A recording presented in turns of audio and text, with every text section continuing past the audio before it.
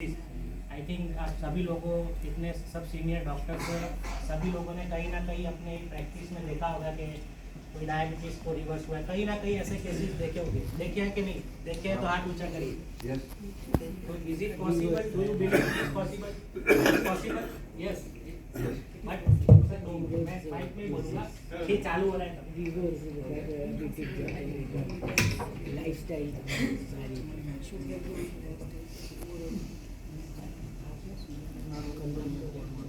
मैं कुछ आपको आई थिंक मैं आपको कुछ डेटा प्रेजेंट करूंगा यहाँ पे, फिर आपको इसका इम्पोर्टेंस बता रहा हूँ क्या है। आप डेटा देखिए, इंडिया का डेटा है 2011 में। आप देखिए करीबन 6 करोड़ लोग डायबिटीज़ डिटेक्ट हुए। फिर 2021 में देखो 7.4 करोड़ लोग डायबिटीज़, 2021 की बात है। 2030 में अप्रोक्सीमेटली 9 करोड़ लोग हो जाएंगे डायबिटिक। ये डेटा है, ये स्लाइड्स में IDF जो है इंटरनेशनल डायबिटीज फेडरेशन उसका स्लाइड है। और 2045 में आप देखो 12 करोड़ तक पहुंच जाएगा इंडिया में।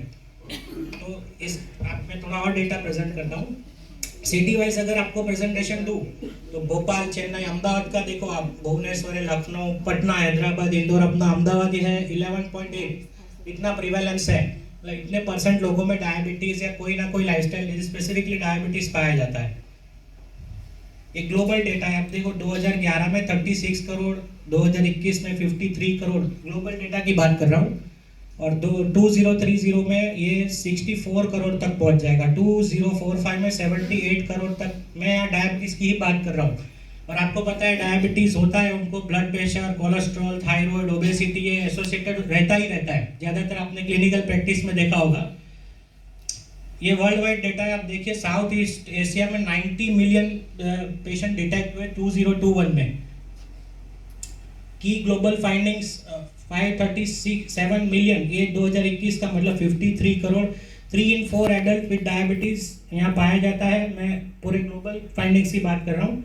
And 6.7 million death due to diabetes in 2021। तो ये कितना बड़ा, इट्स लाइक एन पेंडेमिक। तो उसको एड्रेस करना बहुत जरूरी है।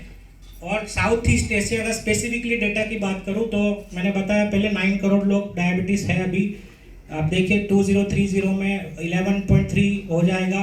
2045 में 15.1 crore, 1 in 2 adult living with diabetes undiagnosed. Right now 2011 में 18 करोड़ लोग अनडायग्नोज थे। मैं डायग्नोज का डेटा आपको प्रेजेंट किया। 2011 में टोटल ग्लोबली 18 करोड़ लोग ऐसे थे जो अनडायग्नोज थे। डेट्स देखिए आप 7,47,000 डेथ्स 2021 में जा रहा है। ग्लोबली इंडिया में पर फैमिली आप देखो, अगर डायबिटीज़ है तो बीपी, थायराइड, कोलेस्ट्रॉल, तो आप देखो मिनिमम 3,000 जितना एवरेज आपका जाता है दवाइयों में। इसके ऊपर फोकस करेंगे। फैमिली का हर महीने का एक्सपेंडिचर कम होगा और फैमिली की इनकम और सेविंग करके और GDP में कंट्रीब्यूट कर सकते हैं इंडिया की। तो ओवरऑल इसके ऊपर फोकस करना बहुत ज़रूरी है। अब मैं आपको बताता हूँ ये डेटा मैंने क्यों प्रेजेंट किया। और फैमिली फिजिशियन और स्पेशलिस्ट भी है, खासकर फैमिली फिजिशियन का क्या इसमें रोल है। क्योंकि कोई भी आप जितने भी नए आएंगे केसेस, जो मैंने पहले ही बताया कि भाई इतने केसेस आएंगे 2030 तक, तो कैसे आएंगे? डायरेक्ट कॉम्प्लिकेशन या क्लिनिकल डायबिटीज़ तो आएगा नहीं किसी को। सबसे पहले किसके पास आएगा पेशेंट? आपके पास आएगा, फैमिली फिजिशियन के पास आएगा। तो आपको यहाँ पे आपको डिटेक्ट कहाँ करोगे आप? प्री डायबिटीज़ पे, फिर आएगा क्लिनिकल, फिर आएगा कॉम्प्लिकेशन। आपका रोल इसलिए इतना बड़ा है कि आप इसको रिवर्स कर सकते हो, यहीं से डिटेक्ट कर सकते हो। हमको पहले राइट से लेफ्ट नहीं, लेफ्ट से राइट जाने देना है पेशेंट को, लेफ्ट से राइट तक लाना है। और सबसे पहले पेशेंट हमारे पास आएगा, इसलिए हमारा रोल बहुत बड़ा है एज ए फैमिली फिजिशियन। अब ये क्या है रिवर्सल आप देखो इंटरनेट में बहुत सारा अभी चल रहा है, रिवर्सल, ये रिवर्सल, वो रिवर्सल। बट एक्चुअली रिवर्सल भी होता है, ऐसा नहीं है। तो correct word is a remission. You can not say the reversal, it is a remission, because reversal अगर होता है तो वापिस होने का चांसेस भी है। So correct word is a remission, मतलब रिमिशन हो गया जो वापिस भी हो सकता है। अगर आपने अपने हैबिट्स, काफ़ी सारे ऐसे केसेस है इंटरनेट में, काफ़ी सारे आपने यूट्यूब पे, गूगल पे देखा होगा, बहुत सारे ऐसे वीडियोज़ वगैरह है कि भाई रिवर्स हो गया। That is good thing, but उसको रिवर्सल नहीं होने देना।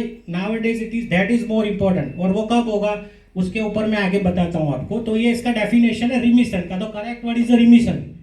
अब देखिए HbA1c 6.5 से कम है, ADA का है मोर देन 3 मंथ्स, डायरेक्ट और डायटम स्टडी रिमिशन है जो 6.5 से कम है 1 साल तक, तब आप बता सकते हो कि अब ये हो गया रिमिशन, बराबर।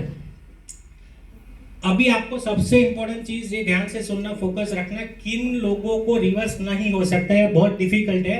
एक तो जिनको टाइप 1 डायबिटीज है, बीटा सेल्स ऑलरेडी डिस्ट्रक्टेड है ही नहीं, या फाइब्रोकैल्कुलस पेनक्रेटाइटिस है, बराबर, या severe renal cardiac retinal complication है, जिनको 15-20 साल से ज़्यादा से डायबिटीज़ है, इन लोगों को रिवर्सल बहुत डिफिकल्ट है, इम्पॉसिबल है ऐसा नहीं है।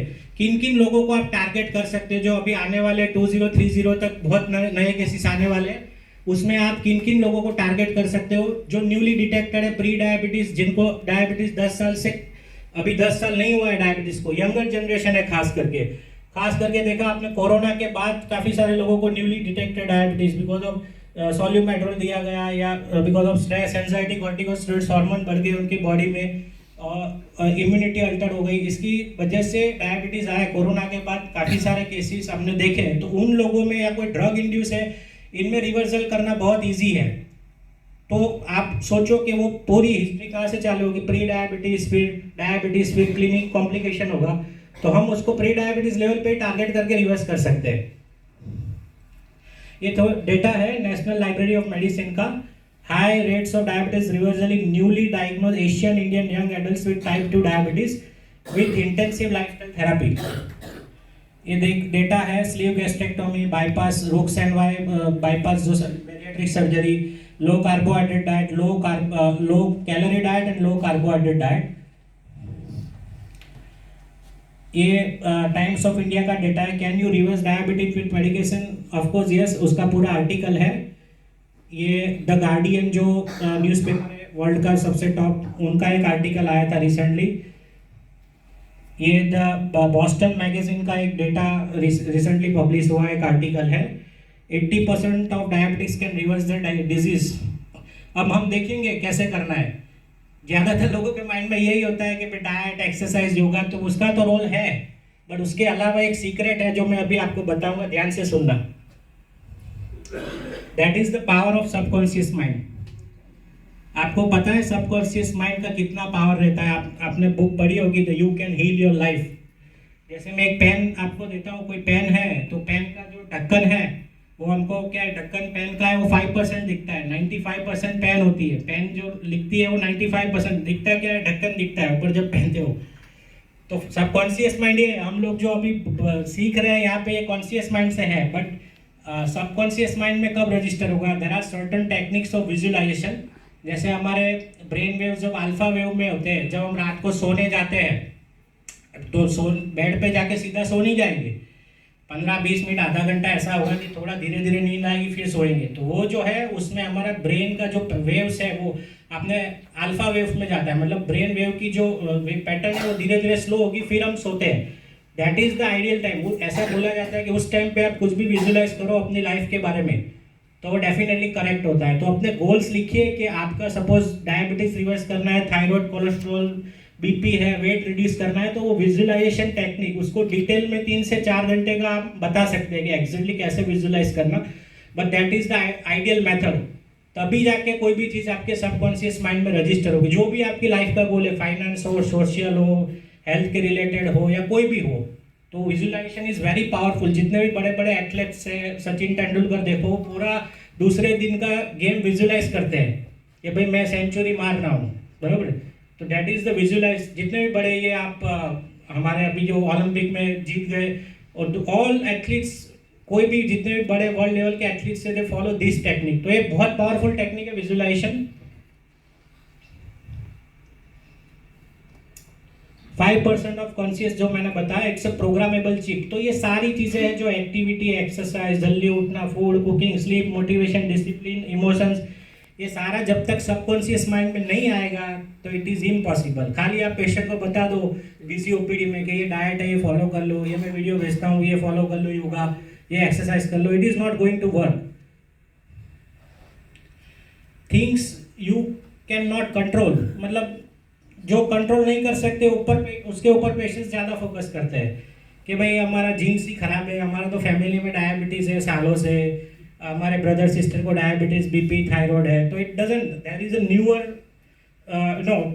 Science call epigenetics. आप यूट्यूब पे देखना, बायोलॉजी ऑफ बिलीफ और ब्रूस लिप्टन का लेक्चर है ऑन एपिजेनेटिक्स। उसमें ऐसा बोला गया है कि थ्रू विजुअलाइजेशन और certain techniques you can change your genes also. तो your actions is important, corona important नहीं है, आपका दिमाग का थॉट्स इंपॉर्टेंट है। योर हस्बैंड, वाइफ, किड्स के मेरा तो हस्बैंड ऐसे है, वाइफ ऐसा है, मेरे को टाइम नहीं मिलता है, वो खाना नहीं बना के देते मेरे को। How you feel is important. बारिश हो रही है तो मैं बाहर घूमने भी आपकी एक्सरसाइज कर सकते हो, बहुत सारी ऐसी एक्सरसाइज है कि भाई हम तो बारिश हो रही है उसमें कहाँ वॉकिंग करने या दौड़ने जाएंगे, तो घर पे भी कर सकते हो। कोई बोलता है मेरे तो घर का रूम छोटा है, डबल बेड है, बाजू में जगह ही नहीं है, तो भी एक्सरसाइज हो सकती है। There are lots of exercise जो इतने कर सकते हो और कैलोरी बर्न कर सकते हो। Other peoples opinion and your decision. किसी ने मेरे को कुछ बोल दिया, अब मैं ये नहीं कर सकता, मेरे डॉक्टर ने बोल दिया कि आपका तो करेक्ट नहीं हो सकता है डायबिटीज, तो आपके ऊपर डिपेंड करता है। जिम नहीं है, हाँ, whom you spend time with, no garden to work, क्या आप खाते हो उसके ऊपर फोकस करो।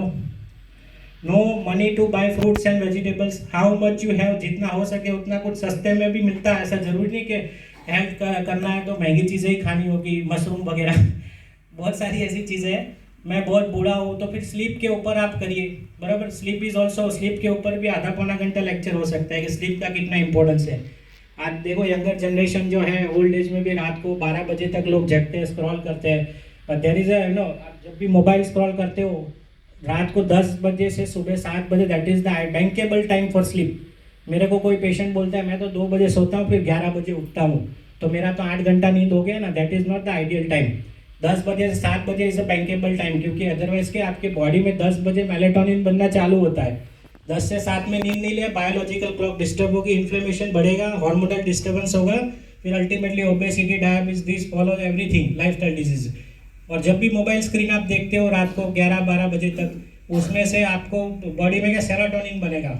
जितनी भी लाइट, ब्लू लाइट फिल्टर लगाओ, कुछ भी लगाओ, मेलाटोनिन नहीं बनेगा उस टाइम। मेलाटोनिन आपको पता है कि स्लीप के लिए बहुत ज़रूरी है, उसमें से सेरोटोनिन बनना चालू होगा, फिर आपको नींद तो आ जाएगी, मोबाइल रखोगे आधे घंटे में, डीप स्लीप और क्वालिटी स्लीप नहीं आएगी।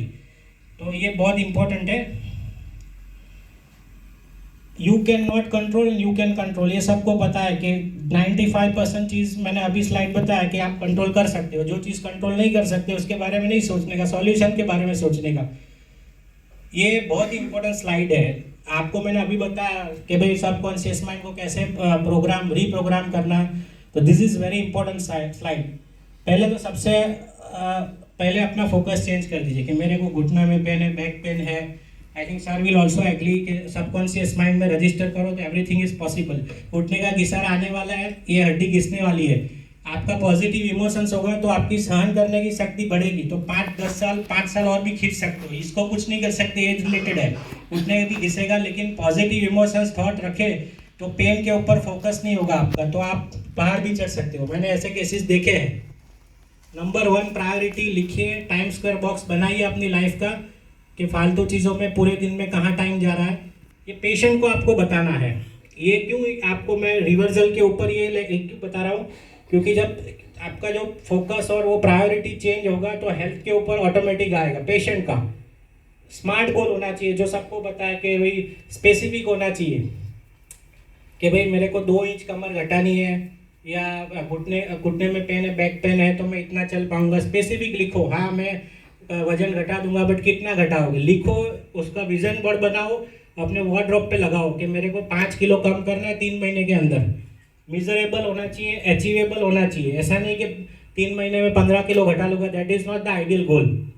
रिलेवेंट होना चाहिए, जो मैंने बोला कि इरिलेवेंट नहीं होना चाहिए कि भाई मैं 1 साल में, मतलब अभी जैसे बाइक पे घूम रहा हूँ तो 1 साल में मर्सिडीज़ में घूमने लगूंगा, that is not possible. Step by step होना चाहिए और टाइम बाउंड होना चाहिए। आप लिखो कि भाई वेट लॉस करना है, डायबिटीज़ को HbA1c रिड्यूस करना है, तो फिर कितना रिड्यूस करना है, बराबर वो लिखो। एक कागज़ पे लिख के विजन बोर्ड बनाओ। Vision board is very important. जब आप पेशेंट को ये सब चीज़ें बोलोगे विजन बोर्ड वगैरह, तो वो कंटिन्यूस दिन में 3 बार देखेगा तो स्ट्राइक होगा, सबकॉन्शियस माइंड में रजिस्टर होगा। पीपल अराउंड, ऐसा बोला जाता है कि you are average of 10 people around you. आप अपने 10 आसपास के 10 लोगों के एवरेज ही हो, ऐसा बोला जाता है। मेंटल रिहर्सल जो मैंने बताया कि visualization technique which is very powerful technique, be consistent, that is also very important. कोई भी चीज़ आप करो तो उसमें consistency is very important, regularity and consistency. ऐसा नहीं है एक पुशअप 6 महीने तक करना अच्छा है, एकदम हैवी वर्कआउट पे मत जाओ, या एक ही दिन में एक हफ्ते में 2-3 किलोमीटर आपने कभी वॉक नहीं किया है तो don't start like this way. धीरे धीरे स्टार्ट करो, स्लो एंड स्टडीली स्टार्ट करो, but consistency is very important. भले ही हमको इसमें कोई गोल्ड मेडल नहीं मिलने वाला है, आपका हर एक का बॉडी स्ट्रक्चर अलग अलग है, आपको डिसाइड करना है। किसी ने कोई हर रोज 3 किलोमीटर वॉक करता है तो मैं भी करूँगा, ऐसा नहीं है। वो पिछले 35 साल से दौड़ रहा है। और जैसे कोई मेरा पेशेंट बोलता है कि मेरे ये तो वो तो 5 किलोमीटर दौड़ते हैं, मेरे से भी बड़े हैं, मैंने बोला वो 35 साल से दौड़ रहे हैं। आपका अभी चालू किया है तो यू स्टार्ट विद 100 और 200 मीटर, धीरे धीरे बढ़ाइए अपनी कैपेसिटी के हिसाब से, लेकिन कंसिस्टेंसी इज़ वेरी इंपॉर्टेंट। और ये सबसे इम्पोर्टेंट है, ये सब चीज़ें जो रिवर्सल है उसमें डाइट एक्सरसाइज तो है, उसका रोल ओनली 20% है, 80% इज ऑल ऑफ कोचिंग का रोल है। मतलब पेशेंट के पास आप कितना टाइम बिताते हो, दैट इज मोर इम्पोर्टेंट। बाकी डाइट एक्सरसाइज का तो रोल है, वो सब जगह अवेलेबल है, मिलता भी है फ्री में, गूगल यूट्यूब सब जगह मिलता है।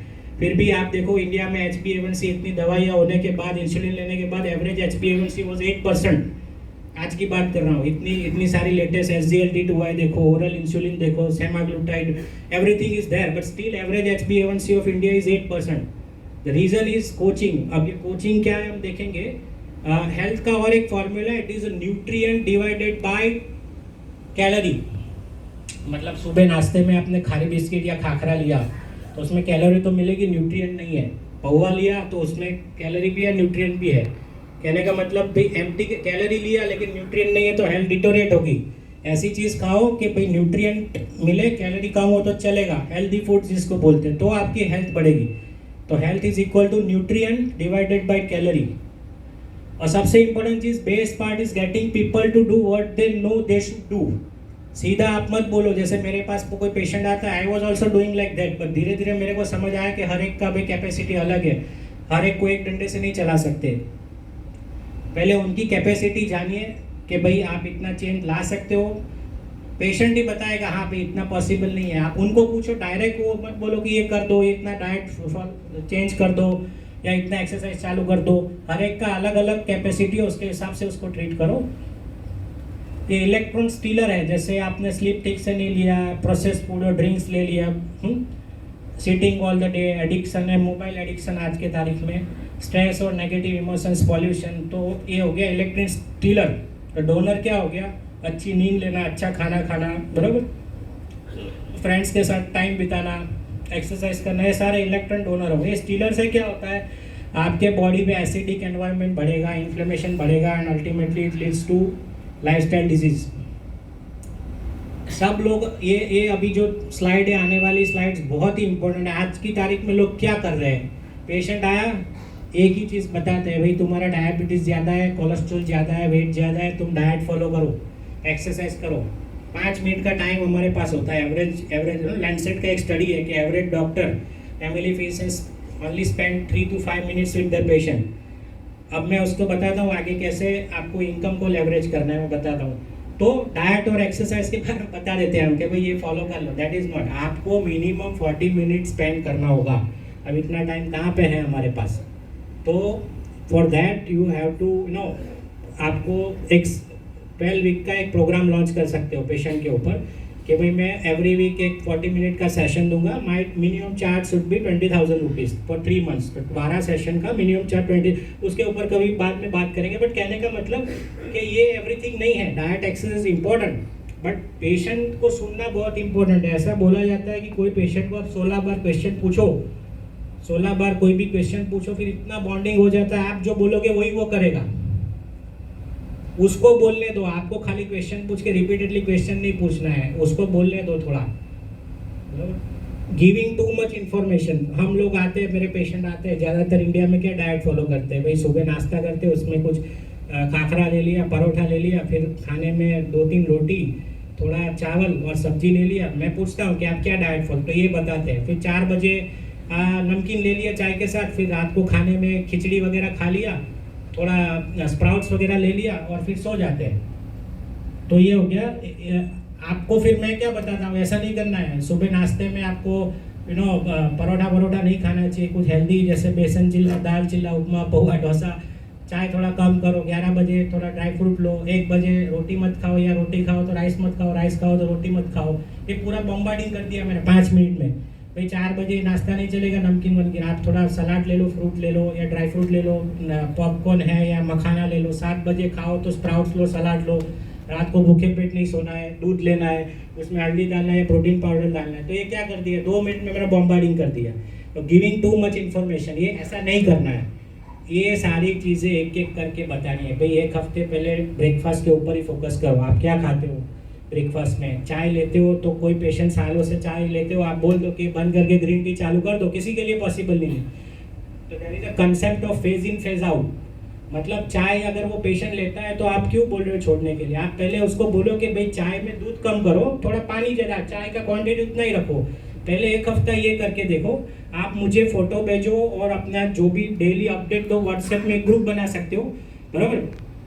1 हफ्ते खाली चाय के ऊपर फोकस करो। इतनी सारी चीज़ें एक साथ कोई नहीं कर सकता। जो 40 साल से चाय परोठा खाए या रोटी खा रहा है, उसको आप एक साथ पॉसिबल ही नहीं है किसी के लिए। Giving same plans to all, another mistake. हर एक का बॉडी स्ट्रक्चर अलग है। आप चेन्नई उसको आप बोलो भाई डोसा इडली छोड़ दो तो पॉसिबल नहीं है। उसके अलावा तो बात कर भाई, कॉफ़ी नहीं छूटेगी, डोसा या नहीं छूटेगा, उसको मैं बाकी के मैं चेंज कर सकता हूँ। तो आपका जो पेशेंट है कहाँ का है, नॉर्थ गुजरात है या कहीं कहाँ से भी, नॉर्थ इंडिया है, साउथ इंडिया है, उसके हिसाब से रीजनल और बहुत सारी रेसिपीज़ अवेलेबल है। Giving difficult and which task, जो मैंने अभी बताया है। जो पेशेंट वो कभी चला ही नहीं है जिंदगी में, उसको आप बोलते हो कि भाई डेली तुम 1 घंटा वॉकिंग करो, नॉट पॉसिबल। उसको क्या प्रॉब्लम है, क्यों नहीं कर पा रहा है? ऐसा बोलते हैं कि कोई पेशेंट को आप 3 बार वाई पूछो ना, पूरी हम लोग जो है ना, we need to work on root cause. हम लोग क्या ऊपर से डाइट, एक्सरसाइज, योगा वो सब बता देते हैं। बहुत सारे वीडियोज हम सेव करके रखा है, उसको बोल देते हैं कि भाई ये कर लो, वो कर लो, बट वो क्यों नहीं कर पा रहा है उसके ऊपर हम फोकस नहीं कर रहे। That is the root cause. जैसे मैं आपको एग्जांपल दूं, कोई ओबेसिटी वाला पेशेंट मेरे पास आया, मैं बोलूँगा भाई वो पेशेंट मेरे को बोलेगा साहब वेट कम नहीं हो रहा है। मैंने बोला ठीक है, ये डाइट फॉलो कर लो, ये एक्सरसाइज कर लो। 3 बार वाई पूछने का, वेट क्यों कम करना है? तो पेशेंट पहले क्या बोलेगा, मेरे को डायबिटीज़ की दवाई साहब ये कम हो जाए, थोड़ा डायबिटीज़ बीपी कम हो जाए, कोलेस्ट्रॉल कम हो जाए, इसके लिए। फिर थोड़ा शांत रहने का 2-3 सेकंड, फिर उसको बोलने दो। जितना होल्ड आप पोस्ट करोगे और उससे इंफॉर्मेशन निकले, पेशेंट से इंफॉर्मेशन निकालो। फिर अगेन आप दूसरा क्वेश्चन, और कोई रीज़न है भाई इसके अलावा? हाँ है तो सही, थोड़ा खर्चा ज़्यादा हो रहा है फैमिली में, मतलब 3-4 हज़ार रुपये चला जाता है, बोलने दो उसको। और एक क्वेश्चन पूछो बाद में 2-3 सेकंड के बाद, और कोई रीज़न? थोड़ा क्या है कि शाम को घर पे आता हूँ, थक जाता हूँ, फैमिली के साथ टाइम नहीं स्पेंड कर पाता हूँ, बीबी के साथ क्वालिटी टाइम नहीं स्पेंड कर पाता हूँ। That is main reason. तो पेशेंट का मोटिवेटिंग रीज़न फाइंड आउट करो, that is is original reason. अभी उसको विजुलाइज कराओ कि देखो आपको क्वालिटी टाइम, ये ओरिजिनल रीज़न क्या होगा? ऊपर से उसने पहले क्या बताया कि मेरे को खाली दवाई कम करनी, diabetes, that is not is main reason. MR जो बोलते हैं पेशेंट का, वो क्या निकला आपका? 3 बार भाई पूछा तो क्या निकला कि भाई उसको क्वालिटी लाइफ स्पेंड नहीं कर पा रहा है अपने फैमिली के साथ, और उसका पैसा ज़्यादा। That is is motivating reason. वो आपको हर एक पेशेंट का अलग अलग होगा, वो आपको फाइंड आउट करना है। Why shouldn't we focus on quick results? Obviously सबको पता है, मैंने बताया कि भाई 1 वीक का टॉर्चर 2 घंटे का मैं बोल दूं कि भाई आप 2 घंटे वर्कआउट करो 6 महीने के लिए, नॉट पॉसिबल। मैं बोलूँगा 1 पुशअप करो, दिन में 1 ही करो 6 महीने। पेशेंट 15 दिन बाद बोलेगा नहीं साहब मैंने 1 का तो 5 कर दिए, वो सामने से उसको मोटिवेशन मिलेगा। बड़े बड़े टास्क मत दो पेशेंट को। स्मॉल चेंजेस का फ़ायदा क्या है? उसको लगेगा मैं कर पाऊंगा, प्रोकास्टिनेशन नहीं होगा, और उसका विलिंग पावर और कॉन्फिडेंस इंक्रीज होगा। Traditional giving answers all time, patients का सब पूछेगा साहब ये दवाई को इससे डायबिटीज़ कम नहीं होता, ये गिविंग आंसर्स नहीं। आपको क्वेश्चंस जितने हो सके उतने ज़्यादा कीजिए, तो ज़्यादा से ज़्यादा इंफॉर्मेशन निकलेगी, तो बॉन्डिंग और कनेक्शन होगा पेशेंट के साथ। हेल्थ की इंडस्ट्री में आज है ना, ये सब इतना इंपॉर्टेंट नहीं है, आप पेशेंट के साथ कैसे कनेक्ट हो ना, that is very important. Patient को कन्विंस कैसे करना है, दैट इज़ मोर इम्पॉर्टेंट। तो पेशेंट को सुनना बहुत ज़रूरी है। गिविंग शॉर्ट टर्म सॉल्यूशन, सबको बताया कि भाई इतना कर लो 6 महीने में हो जाएगा, ऐसा नहीं। आपको पेशेंट के साथ टच में रहना है।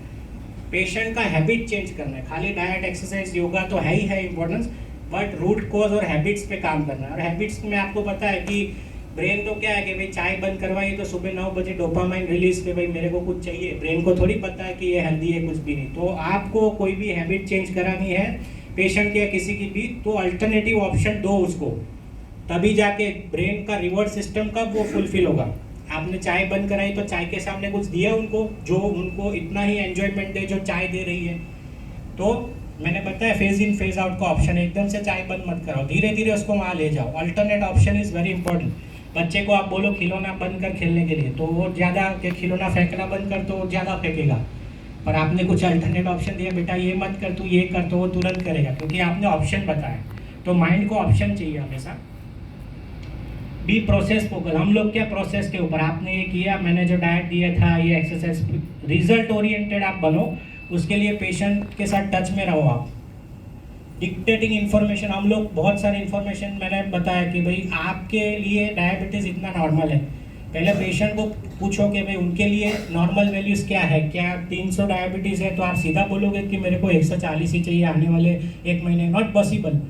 आप पेशेंट को पूछो आपको क्या करना है, 300 है, आप कितना चाहते हो डायबिटीज़ 1 महीने के। पेशेंट बोलेगा कि मेरे को साहब 300 से अभी तो खाली 200 का ही टारगेट है, तो दैट्स ओके। ये पेशेंट की बिलीफ है, पेशेंट की बिलीफ के हिसाब से चलो आप। ठीक है, नॉर्मल वैल्यू हमको पता है कि 6.5 है, 120 से 140 से कम होना है, पर वो हर एक के लिए अप्लाई नहीं होता है। कोई पेशेंट एक्स्ट्रा मोटिवेटेड होगा तो 1 महीने में नॉर्मल भी ला देगा। बट कहने का मतलब कस्टमाइज अप्रोच रखिए। कोई पेशेंट के लिए भाई नहीं 300 से 200 ही होगा तो दैट्स ओके, 200 करो, फिर नेक्स्ट मंथ 200 से 100 करो या 150 करो, तो धीरे धीरे रखो, बराबर। Be the boss, rapport develop करो पेशेंट के साथ। ऐसा नहीं कि हाँ हाँ चलो ठीक है ये कर लो, फिर मिलते हैं 1 महीने बाद। रैपोर्ट डेवलप करना बहुत जरूरी है। There are certain techniques of rapport, जैसे इको टेक्निक एक होती है, जो पेशेंट बोलता है वो रिपीट करो, जो कीवर्ड्स है ना ऑलवेज रिपीट करो। पेशेंट बोलते साहब मेरे को दर्द हो रहा है कमर में, घुटनों में दर्द हो रहा है। अच्छा आपको दर्द हो रहा है कमर में, कितने टाइम से दर्द हो रहा है। ये NLP की टेक्निक है, न्यूरो लिंग्विस्टिक प्रोग्राम। इससे इतना बॉन्डिंग बढ़ेगा कि मतलब पेशेंट आप जो बोलोगे वही करेगा सेकंड थर्ड टाइम। पेशेंट बोलेगा कि मेरा डायबिटीज़ अच्छा इतना रहता है, आप जो कीवर्ड से उसको रिपीट करो। ये इसके पीछे साइंस है। सबकॉन्शियस माइंड में आपका कनेक्टिविटी बढ़ रहा है। There are also other techniques, matching mirroring techniques होती है। पेशेंट जैसे बैठा है आप नो उसकी बॉडी लैंग्वेज कॉपी करो, जो ऐसे बैठा है तो आप भी ऐसे बैठो, आई मूवमेंट्स कॉपी। बट वो लंबा टॉपिक है, कभी डिस्कस करेंगे रैपोर्ट कैसे बिल्ड करना, ये सब। There are certain technique of science, उससे वो सेकंड थर्ड विजिट में इतना आप जो बोलोगे वही करेगा। ये connection is very important. Diet exercise तो है ही है, सालों से है, बट आप कनेक्ट कैसे करते हो पेशेंट से, that is more important. Treating client as a robot of course, और आपकी क्लाइंट की हेल्थ 100% 4 में से एक चीज़ तो होगा ही होगा। कैरियर, या तो पैसा, या तो रिलेशनशिप, या तो कनेक्शन विद सेल्फ। इसमें एक पिलर तो गड़बड़ी होगा ही होगा। तो ये आपको रूट, ये बोलते हैं ना रूट कोज के ऊपर काम करना है। मेकिंग द जर्नी सीरियस, थोड़ा एंजॉय करो, कमेंट करो। पेशेंट को ना लगना चाहिए कि ना ऐसा डॉक्टर जैसा नहीं लगना चाहिए, थोड़ा बराबर, थोड़ा फन भी करो पेशेंट के साथ। पेशेंट कोई भी आता है तो ऑब्वियसली अगर आप कोई पेशेंट को खाली 2 चेंज करो, स्माइल करके आओ, कमलेश में बैठिए, मैं अगर ऐसा बोलूँ हाँ जी आइए बैठिए, क्या है, कितना डिफरेंस आया। सीन 1 में देखा, सीन 2 में देखा, आपने क्या हैंड गेस्टर्स किया, स्माइल किया और नाम बोला। 3 चीज़ खाली अप्लाई करो तो भी बॉन्डिंग इतना आपका अप्लाई हो जाए। ओनली 3 चीज़ जो काफ़ी सारे सीनियर डॉक्टर्स कर ही रहे सक्सेसफुल। तो ये साइंस की एक टेक्निक है, ये 3 चीज़ आपको करना है। मैं आपको बताऊँ कि मैं कोई पेशेंट को हाँ जी बोली क्या हुआ, ये दवाई लो, तो मतलब नहीं। Connection is very important. Working only on action plan. Result के ऊपर मैंने बोला कि एक्शन प्लान तो दिया, लेकिन उसको चैलेंजेस क्या आ रही है उसके ऊपर आप फोकस करो। पेशेंट ने बोला साहब मेरा तो इस महीने ये वीक में चल नहीं पाया, मैं आपने बोला था कि 1 किलोमीटर या 100 मीटर चलना है, क्यों नहीं कर पाया, और वो भी लाइटर नोट पे। पेशेंट जैसे वीकली आपसे कनेक्ट होता है, आप बोलो क्यों भाई मैंने बोला था 100 मीटर भी नहीं चल पाए, यार इतना तो करो, आपको कितना आगे पहुंचना है। अभी भी पेशेंट के साथ इस तरह से, जब भी जैसे कोई पेशेंट मेरे पास आता है तो देयर आर पैरा एक pacing, amplifying, remodelling and amplifying ऐसे टेक्निक होती है। पेशेंट जैसे हाइपर, कोई पेशेंट आए ओबेस, साहब मैं बोलता हूँ भाई एक्सरसाइज करो, मेरा वेट नहीं उतरेगा, पेशेंट बोलता है अरे साहब वेट तो पॉसिबल नहीं है, मैंने हैबिट ही नहीं है। क्यों नहीं है? वेट तो उतरेगा ना, बीपी घटाना है कि नहीं, डायबिटीज़ घटाना है कि नहीं। ऐसे बात करोगे तो कनेक्ट हो पाओगे? नहीं हो पाओगे कभी। पहले उसकी बात को पेश करो, हाँ यार बात तो सही है, बहुत लाइफस्टाइल बिजी हो गई, टाइम ही नहीं निकल पा रहा है, जॉब भी इतनी बिजी है। तो मैंने क्या किया, उसको पेश किया, उसकी बात को पहले एग्री किया, फिर उसको बात को मैंने बड़े रूप से दिया, हाँ यार बात तो सही है, मेरे को भी टाइम नहीं मिलता है, बहुत डिफिकल्ट होता है। क्या किया मैंने, पेश किया उसकी बात को, फिर एम्पलीफाइड किया, फिर मेरी बात डाला मैंने। बात तो तुम्हारी सही है, अगर वेट नहीं घटा है तो पता है ना क्या क्या होगा, बीपी कम नहीं होगा, इसके ये कॉम्प्लिकेशन होगा, ये होगा, बराबर। तो ये मैंने क्या किया, मेरी बात को बीच में डाला, फिर मेरी बात को बड़ा किया। तो ये टेक्निक फॉलो करो, डायरेक्ट मत बोला है क्यों नहीं हो सकता है, 100 मीटर नहीं चल सकता, ऐसे किया तो कनेक्ट नहीं हो पाएगा कोई भी पेशेंट। तो ये पहले तो उसकी बात से एग्री करो, बरोबर ना, तो कनेक्ट होगा, फिर आपकी बात मानेगा। Listen to what client is saying, ये ट्रेडिशनल अप्रोच, मैं बीच बीच में आपको बता रहा हूँ, ट्रांसफॉर्मेशन अप्रोच, ये आज लोग हम कर रहे हैं सारे, जितने डायटिशियन, योगा वगैरह वगैरह, ये ट्रेडिशनल अप्रोच। हमको ट्रांसफॉर्मेटिव अप्रोच रखना है। Read in between the lines, अगर कोई पेशेंट का फेशियल एक्सप्रेशन पे ध्यान दो, आप कुछ भी बोल रहा है तो बीच में रुक जा रहा है, तो आँख कोई रो रहा है, कोई लेडीज पेशेंट, मतलब उसको कोई फैमिली इश्यू हो सकता है, कोई स्ट्रेस हो सकता है, read in between the lines, ये बहुत इंपॉर्टेंट चीज़ है, वो आपको तो ही रूट कोज के ऊपर पहुंच जाओगे। I know everything attitude, as a doctor, family physician या कुछ भी नहीं आता है तो बोल दो भाई ये मेरे स्कोप में नहीं है, आप डायटिशियन से मिल लो, ये योगा वालों से मिल लो, हमको सब कुछ आता है, ऐसा एटीट्यूड नहीं रखना है। लर्निंग एंड्स आफ्टर कोचिंग, भाई कंसल्टिंग 3 महीना हो गया, मैंने तो भाई इतना 20,000 ले लिया, बात खत्म, अब नहीं हो रहा है तो तुम तुम्हारा देखो, मैं मेरा देखता, ऐसा नहीं। 10 रेफरेंस और लाने हैं तो उसको टाइम निकाल के आप 3 मंथ्स या जितना भी टाइम दिया है, 2-3 मंथ्स, उसके बाद भी आपको कंटिन्यू टच में रहना है पेशेंट के, तो ही और रेफरेंस आएंगे, तो ही उनकी लाइफ में चेंज आएगा, बराबर। ये आज लोग कर रहे हैं, ट्रेडिशनल अप्रोच है, भाई कुछ हो गया पर हो गया भैया, अभी आप अपना देखो या मैं मेरा देखो, ऐसा नहीं। मोस्ट इंपॉर्टेंट नॉलेज इंपॉर्टेंट नहीं है, रिमेंबर प्रेजेंस इंपॉर्टेंट है, ये बहुत ही बड़ी बात है। नॉलेज तो क्या है, गूगल पे सब जगह मिलता है, कौन सी डाइट लेनी है, क्या एक्सरसाइज करनी है, कौन सा योगा करना है, आप उसके लिए वहाँ पे हो, वो बहुत इंपॉर्टेंट है। आज पेशेंट को कोई सुनने वाला चाहिए, हर हफ्ते आप उसके साथ 40 मिनट स्पेंड करोगे, दैट इज़ मोर इम्पॉर्टेंट। बाकी नॉलेज तो सब जगह गूगल पे भी अवेलेबल है कि ड्रग की क्या साइड इफेक्ट क्या है। प्रीचिंग सब लोग सिखाते हैं, lead by an example, that is the transformative approach.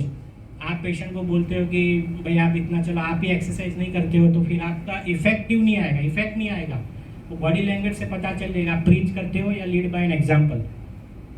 ये 6 पिलर इज़ वेरी इंपॉर्टेंट। ऐसा कोई भी इंसान आज की तारीख में नहीं है कि इस 6 में से एक पिलर में गड़बड़ी हो, कोई भी पेशेंट की बात कर रहा हूँ, आप डॉक्टर्स तो ऑब्वियसली ये फॉलो करते ही हो, what to eat, how to eat, activity, exercise, sleep, emotions, environment, इसमें से 6 पिलर में एक चीज़ तो गड़बड़ी होगा, आपको उसको टारगेट करना है, बराबर। और ये 6 पैरामीटर ऑफ अल्टीमेट आपने डिटेक्ट किया, फिर इसके ऊपर फोकस करो। स्ट्रेंथ, पावर, स्टेमिना, एंड्योरेंस, ये एक्सरसाइज के टाइप है। खाली वॉकिंग मत दो, WHO बोलता है कि 30 मिनट वॉकिंग करो, 5 दिन में 150 मिनट होना चाहिए, अभी वो गया जमाना, वॉकिंग से कुछ नहीं होता है।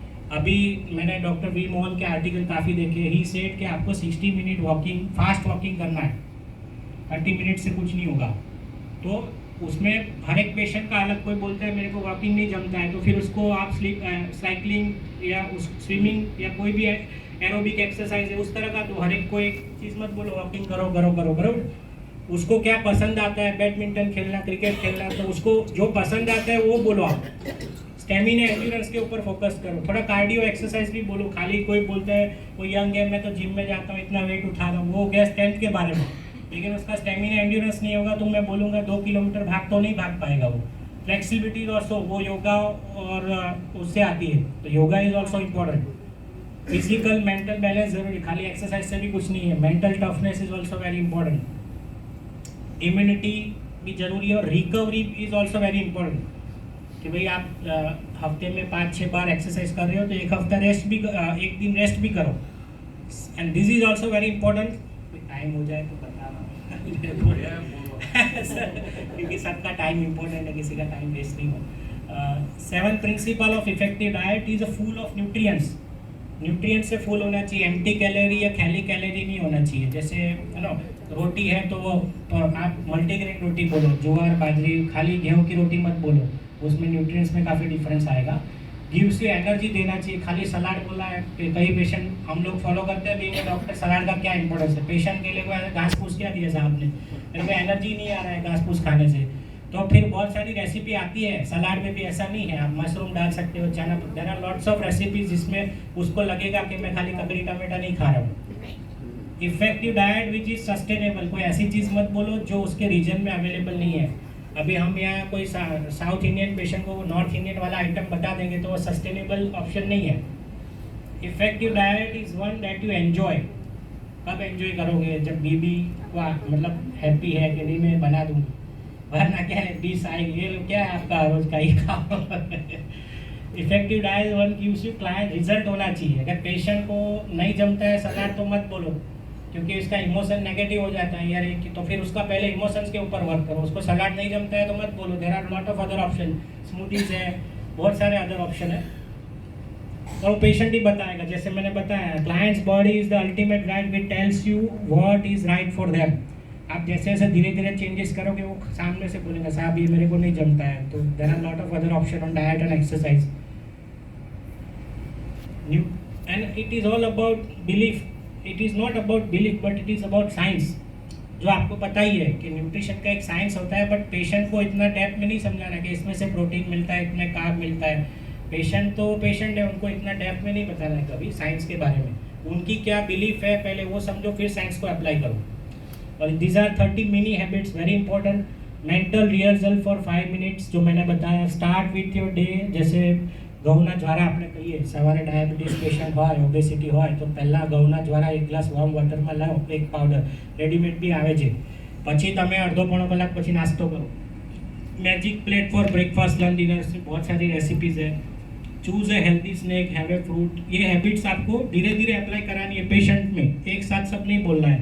वर्कआउट है, वर्कआउट प्लान, योगा है, रिलैक्स स्टेट में रखना है पेशेंट को। 2 से 8 हंगर स्केल है, 2 से 8 मतलब 2 पे इतना कम भी नहीं खाना है। हंगर स्केल होता है जो आप गूगल पे सर्च कर सकते हो कि इतना कम भी नहीं खाना है कि लगे यार मैंने कुछ खाया ही नहीं। 8 नंबर पर भी नहीं पहुंचना है कि बहुत फुल हो गया पेट, थोड़ा 5-6 के आसपास रखना है। Sleep is very important. पानी अगेन पेशेंट को पूछो कि भाई वो कितना पीता है। हर एक के लिए 2 से 3 लीटर इज नॉर्मल ये होना साइंस कहती है, बट हर एक के लिए वो जमता नहीं है। कोई बोलता है कि मैं तो ये 2-3 लीटर पीता हूँ तो मेरे को तो आधे घंटे में वॉशरूम जाना पड़ता है, तो फिर उसको आप बोलो 1-1.5 लीटर पियो, बराबर। Spend time for what you love to do and write a gratitude diary. अब ये मैं थोड़ा स्किप कर रहा हूँ। हर एक चीज़ का एक इमोशन होता है। जैसे हेड में कोई प्रॉब्लम हो, इसके ऊपर तो काफ़ी सारी बुक लिखी गई है, और आप देखना कभी भी, जैसे ये आप देखना स्किन का प्रॉब्लम है तो ability to accept the self, कहीं ना कहीं उसको ये आप थोड़ा डेप्थ में जाओगे, पेशेंट का काउंसलिंग करोगे 2-3 बार, चौथी बार में 100% आपको मिलेगा कि इसको कुछ ऐसा गड़बड़ी है, सेल्फ क्रिटिसिज्म वगैरह का। नेक का है, लोअर बैक का है, तो कहीं ना कहीं आप देखना एक कनेक्ट होगा काफ़ी सारे पेशेंट में, 10 में से 6-7 पेशेंट में। ईयर का प्रॉब्लम है, थ्रॉट, तो ability to express yourself वो कर नहीं पाते हैं तो थ्रॉट का प्रॉब्लम हो सकता है। और इसमें बुक भी लिखी है गई, लुइस हे करके एक है ऑथर, इसके ऊपर पूरी बुक लिखी गई है, बट इसमें मैं डेप्थ में नहीं जाऊँगा। आर्थराइटिस है, क्रिटिसिज्म, फीलिंग अनलव, ब्लड प्रेशर है, सब कुछ अपने आसपास कंट्रोल करना चाहते हैं, उनको बीपी का इश्यू हो सकता है, बराबर। डीप कैंसर देखा, कोई पेशेंट का डिटेल में काउंसलिंग करोगे तो पता चलेगा कि उसको भी अंदर से आप लोग कहिए ना मूंझवण रहती है कोई पर। तो देर आर हर एक डिजीज का एक कुछ ना कुछ रहता है, इमोशंस, वो आपको पकड़ना है, उस that is the root cause. कई बार वही रूट कॉज निकलता है, तो रूट कॉज के ऊपर जब तक इमोशन चेंज नहीं होगा तो क्योर करना डिफिकल्ट हो जाता है। इम्पॉसिबल तो नहीं बोलूँगा, डिफिकल्ट हो जाता है। तो this is from my side, thank you.